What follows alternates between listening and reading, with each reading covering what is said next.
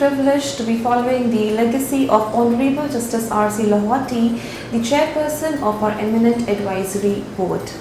We at Faculty of Law have a very productive and practical curriculum replete with clinical legal education and moot court exercises. We also have practical advocacy training modules.